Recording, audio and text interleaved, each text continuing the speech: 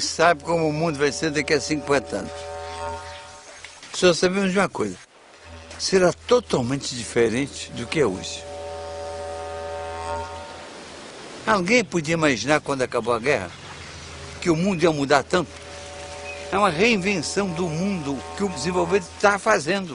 Então, a coisa mais importante para os brasileiros, presta atenção, o mais importante é inventar o Brasil que nós queremos.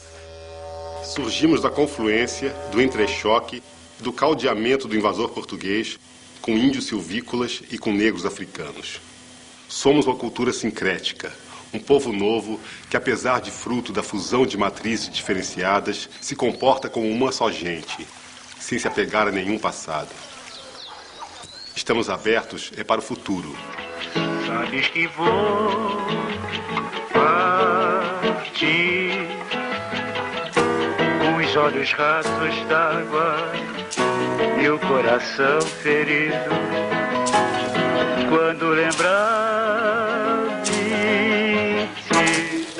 Antes do Brasil existir, como é que era o mundo? O Brasil nasce sob o signo da utopia. A terra sem mares, a morada de Deus.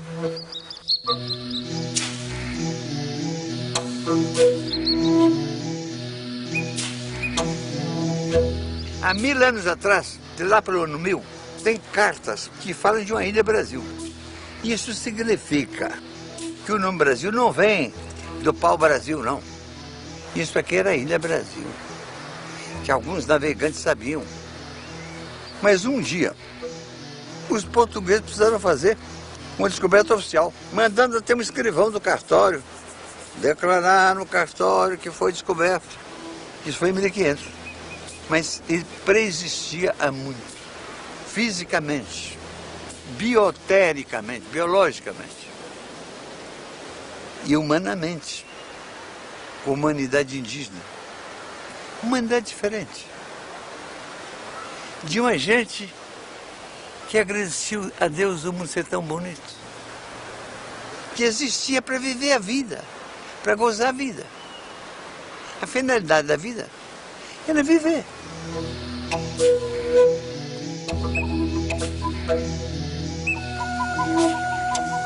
Os Brasis, como eram chamados os nossos antepassados indígenas, costumam ser classificados de acordo com a língua. Em 1500, poderiam totalizar entre 1 e 8 milhões de pessoas, distribuindo-se da Foz do Oiapoque ao sistema fluvial Paraná, Paraguai e Uruguai.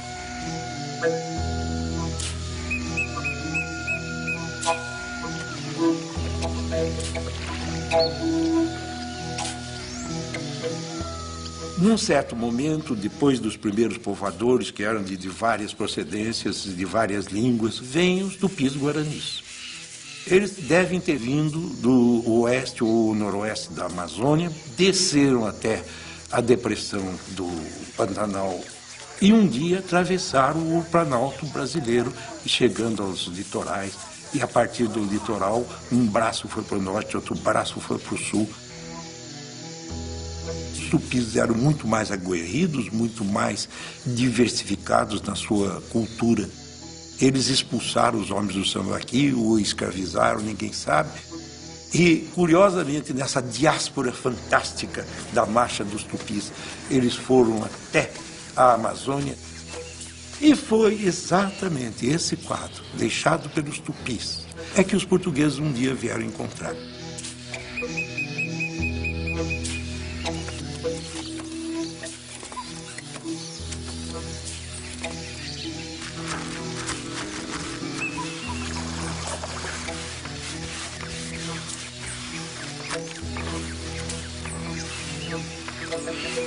Assim esses povos existiram por séculos. Chegaram a conhecer a natureza em detalhe. Sabiam o nome de cada bichinho, de cada planta. E sabiam para que servia ou não servia. Viveram aqui por 10 mil anos, comungando com a natureza.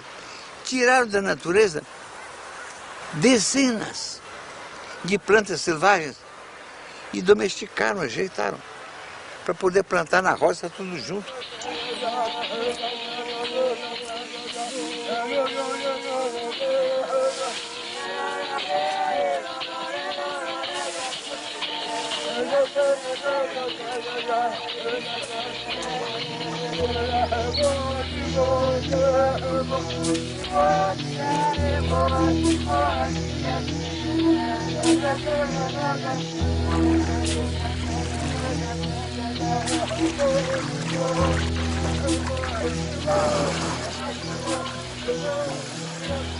Não era, obviamente, uma nação, mas tão só uma miríade de povos tribais.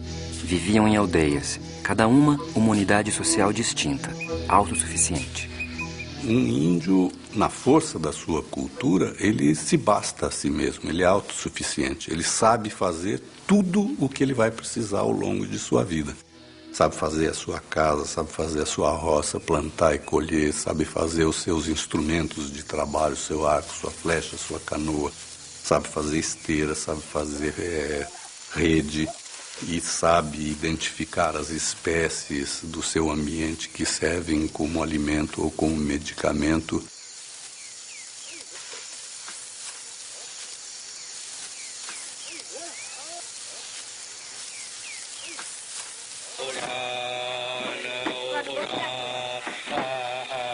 Os tupinambás, povo que entrou em contato mais direto com os europeus, eram brasis que se dedicavam, antes de mais nada, à guerra e à festa.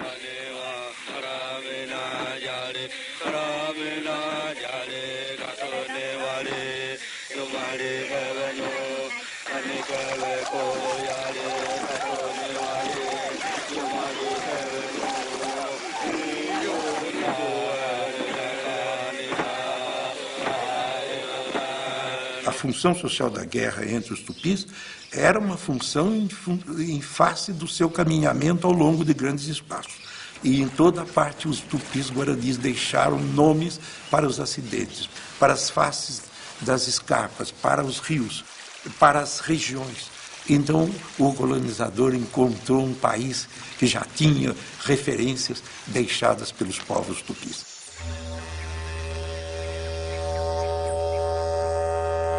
Acreditando na vida após a morte, divisavam um paraíso, o Guajupiá, um jardim de sapucaias, todo feito de cantos e danças. Para um índio não existe muita diferença entre a realidade acordada e a realidade do sonho. O parto, o mundo dos espíritos, os pássaros, tudo está entrelaçado, não é? Quer dizer, tem um espírito em cada coisa, um espírito na hora da colheita, um espírito na hora do plantio, um espírito que mora no fundo das águas e rouba a alma das pessoas, um outro espírito que perturba, o espírito do tatu, o espírito disso, do macaco.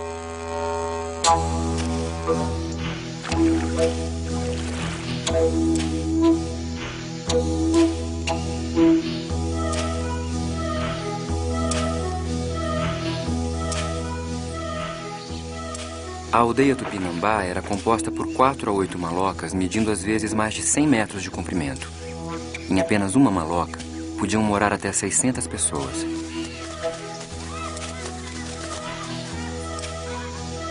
Parece a casa um labirinto. Uns cantam, outros choram, outros fazem farinhas e bebidas. Porém, é tanta a conformidade entre eles que em todo ano não há uma só peleja. E com não terem nada fechado, não há furtos. Se for a outra qualquer nação, não poderiam viver da maneira que vivem.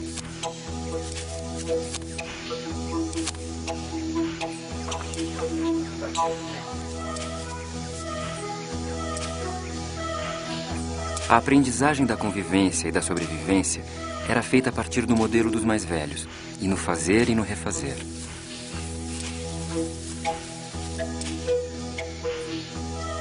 A autoridade, exercida pelos Murubixabas, sustentava-se nas atuações carismáticas e no comércio de pequenas dádivas e favores.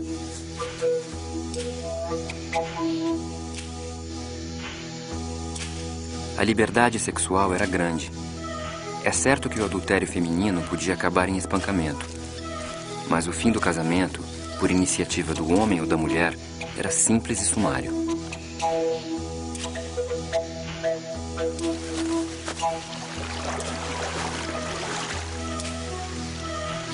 A homossexualidade era comum, sem a preocupação de se fazer dela um segredo. A divisão de tarefas entre homens e mulheres era nítida e marcada desde a primeira infância. O menino tem que ser formado para ser um índio, um caçador, um guerreiro. A menina para outras tarefas. Então isso já começa simbolicamente. Se o filho é homem, o orgulho do pai é colocar na beira da rede do filho um arco e flecha em miniatura, para mostrar que ele vai ser um guerreiro, um caçador. Para a menina, põe uma tanguinha, pequenininha, bonitinha, é para induzir a menina a ser uma tecelã, uma mulher trabalhadora.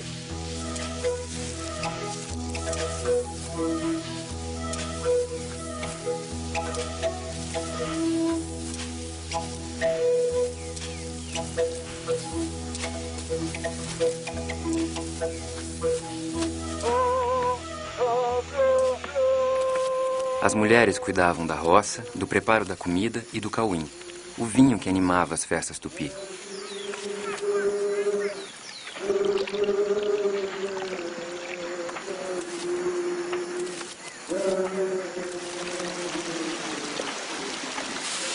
Eram da alçada masculina a fabricação de arcos, flechas, bordunas e canoas.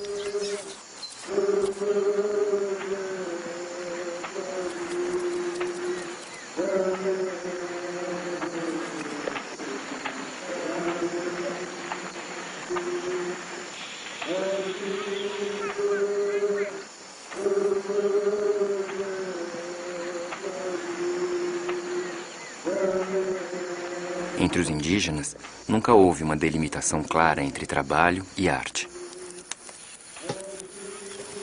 Essa coisa eu encontrei entre os índios. Os índios também, cada coisa que eles fazem, eles querem que ela seja perfeita, porque cada coisa os retrata. É vontade de beleza.